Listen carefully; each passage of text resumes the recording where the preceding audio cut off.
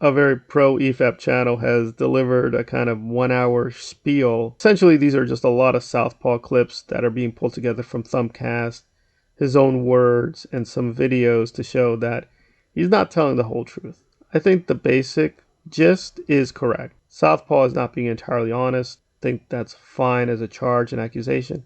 But again, for Southpaw, he's, I think, being mostly honest and factually accurate. But I do think when it comes time to being pressed, he's not being entirely honest with what the hell he's talking about. So we're going to hear an excerpt from a Thumpcast that was very painful, where he's basically dodging the issue.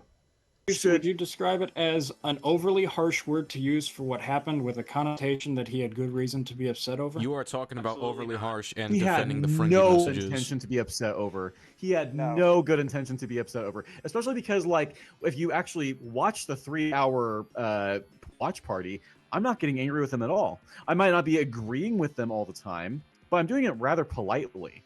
And these are guys who can disagree rather angrily sometimes with each other. But I'm being quite calm and civil and polite in this. And yet they're acting as if I fucking got really angry with them because I wasn't agreeing with them constantly. So I think essentially what he's saying is that in his conversation with Fringy, in the original conversation, the watch party where they were watching Terriers together, he says he was being very calm and collected. So the pro EFAP person being allowed on to speak up for the EFAP is like, I'm not seeing the real issue here. Like, what is the issue? And Southpaw's like, well, I was very calm initially, which is nice, but not relevant. So you're saying initially you were very calm. Okay. That doesn't tell us you were being factually accurate or you were telling the truth. Just that psychologically you were, quote, in a nice place when Fringy was pointing out these problems. And in that message, you agree there were these problems, but now you're saying basically Terriers is near perfect. So what is the real story going on here? And as it got along, it just kept degenerating into just breakdown in communication. They're fragile little SK, bitches.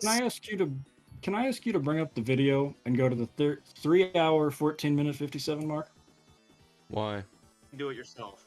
I am assuming that you are now angry about this, and so now you have recontextualized your own words and your own thoughts. And why do you think we got angry over it? Why time? would we be why would we be angry Give about you a this over wild time? stab in the dark. Why did we not do this video a year earlier? Why did we wait a year and what, 3 months, a year and about 4 months before we decided to talk about this? Why did we take a year and 4 months to do this if we weren't trying to give them a chance to handle this themselves like adults? I guess I'm not convinced anybody is in the right here. What? No, That does not. what he is in the right. All right, so you You said just, that you he literally did just the tried to best say thing that he could do. MauLer did Yeah. the best thing Yeah, he could what have are you done. talking about? You fucking kidding me? No, Doesn't mean that I think he's in the right. He did the no. I'm sorry. His approach was cowardly. And Trying pathetic. to just ignore this and sweep this under the rug.